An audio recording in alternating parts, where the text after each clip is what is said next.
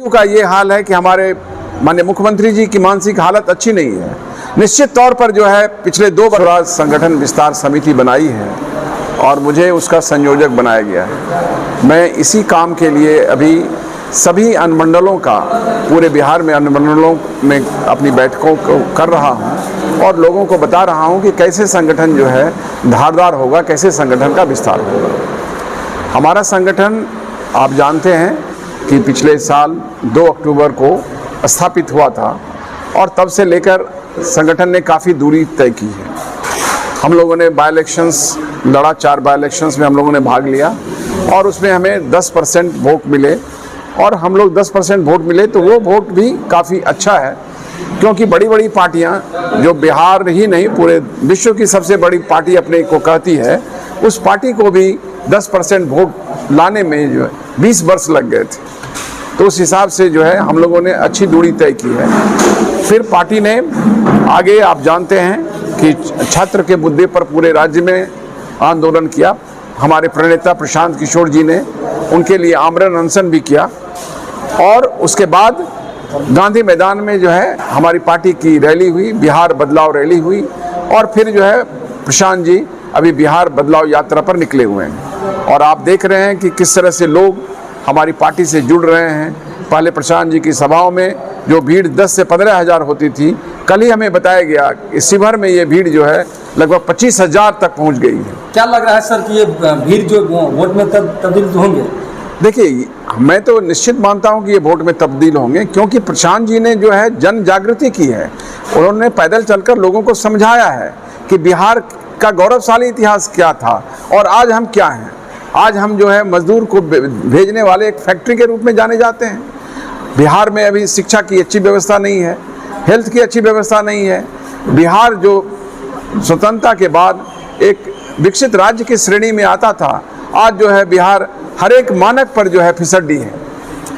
ये सोचने की बात मजबूर किया प्रशांत जी को कि बिहार में क्या होना चाहिए।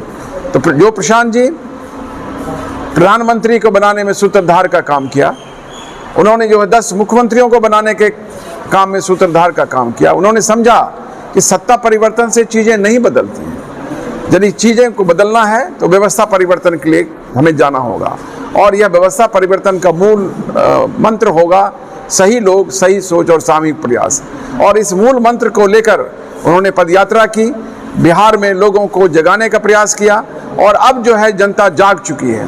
ये जो बिहार में राजनीतिक बंधुआगिरी चल रही है कि भाजपा का डर दिखाकर जो है आरजेडी वोट ले रही है, हिंदुत्व का डर दिखाकर आरजेडी वोट ले रही है और जंगल राज का डर दिखाकर जो है भाजपा और एनडीए वोट ले रही है, ये अब चलने वाला नहीं है।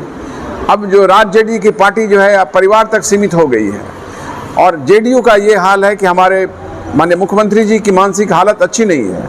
निश्चित तौर पर जो है पिछले 2 वर्षों में प्रशांत जी के पदयात्रा से एक विकल्प जो है उपज के सामने आया है और ये सशक्त विकल्प है और लोग इससे जुड़ रहे हैं और ये कार्यक्रम जो चला रहे हैं इससे गांव-गांव तक लोग जुड़ेंगे और एक लहर पैदा होगी और जब लहर पैदा होगी तो निश्चित तौर पर बदलाव होगा और वो बदलाव होगा जनस्वराज के लिए, जनता का सुंदर राज के लिए, गुड गवर्नेंस के लिए, वो राम राज्य होगा। तो ये तो आना ही है और आने वाले विधानसभा चुनाव में 243 सीट पर पूरे हमारी पार्टी जो है लोगों को खड़ा करेगी, सभी वर्गों को मौका देगी। ये कोई MY कॉम्बिनेशन वाली पार्टी नहीं है, ये कोई हिंदुत्व वाली पार्टी नहीं है, सभी वर्गों को लेके चलने वाली है। सभी वर्गों के काबिल लोगों को टिकट दिया जाएगा, जिस तरह से सभी वर्गों के काबिल लोगों को संगठन में जगह दी गई है और निश्चित तौर पर जो है व्यवस्था परिवर्तन होगी और यहाँ पर बिहार में जो है एक सुंदर राज्य स्थापित होगा जिसमें लोगों का काम होगा, बिहार विकास करेगा, बिहार आगे बढ़ेगा।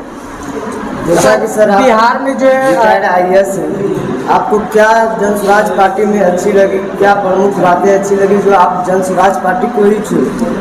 अभी मैंने आपको बताया कि जनस्वराज पार्टी का मुख्य उद्देश्य क्या है, व्यवस्था परिवर्तन। व्यवस्था परिवर्तन का मूल मंत्र क्या है? सही लोग, सही सोच और सामूहिक प्रयास।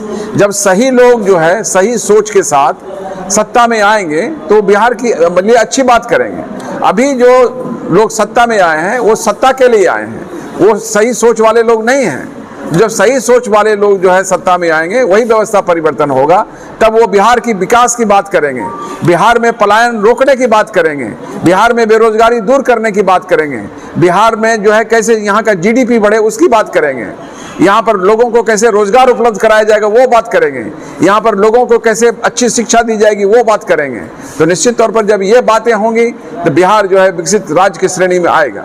सर, बिहार में हमेशा जाति को लेकर के राजनीति होती आ रही है, तो क्या जनस्वराज पार्टी किस तरीके से जो है अभी तो मैंने आपको बताया। देखिए, पहली बात तो है जो जाति की बात केवल बिहार ही नहीं है, पूरे भारत के हर एक प्रदेश में है, लेकिन बिहार को ज़्यादा उसके लिए जो है बदनाम किया जाता है। मैंने कहा कि जो हमारे मुद्दे हैं, जो जनस्वराज का मुद्दा है, ये मुद्दा जो है जाति और धर्म से ऊपर लोगों को ले जाएगा। और आपने देखा है, जैसा प्रशांत जी उदाहरण देते हैं कि जब जाति और धर्म से ऊपर उठकर लोग वोट करते हैं तो वो वोट जो है निश्चित तौर पर जो है कोई अच्छे चीज़ के लिए होता है। इस बार भी जो है जाति और धर्म से लोग ऊपर उठ के वोट करेंगे, क्योंकि उन्हें बताया गया है, प्रशांत जी ने जो पदयात्रा की, लोगों में जन जागृति आई है कि जाति के नाम पर वोट देंगे तो हमको जात मिलेगा, धर्म के नाम पर देंगे वोट तो हमको मंदिर मिलेगा। लेकिन यदि हम जनस्वराज को वोट करते हैं तो ये उनके बच्चों की भविष्य तय करेगा, उनको अच्छी शिक्षा मिलेगी, पलायन रुकेगा, बेरोजगारी दूर होगी, बिहार का विकास होगा। इसलिए जो है जनस्वराज पार्टी को लोग वोट करें। क्या परिचय हुआ सर आपका? मैं रिटायर्ड IAS अफसर हूँ, मेरा नाम ललन जी है। मैं अभी जो है जनस्वराज का प्रदेश उपाध्यक्ष हूँ।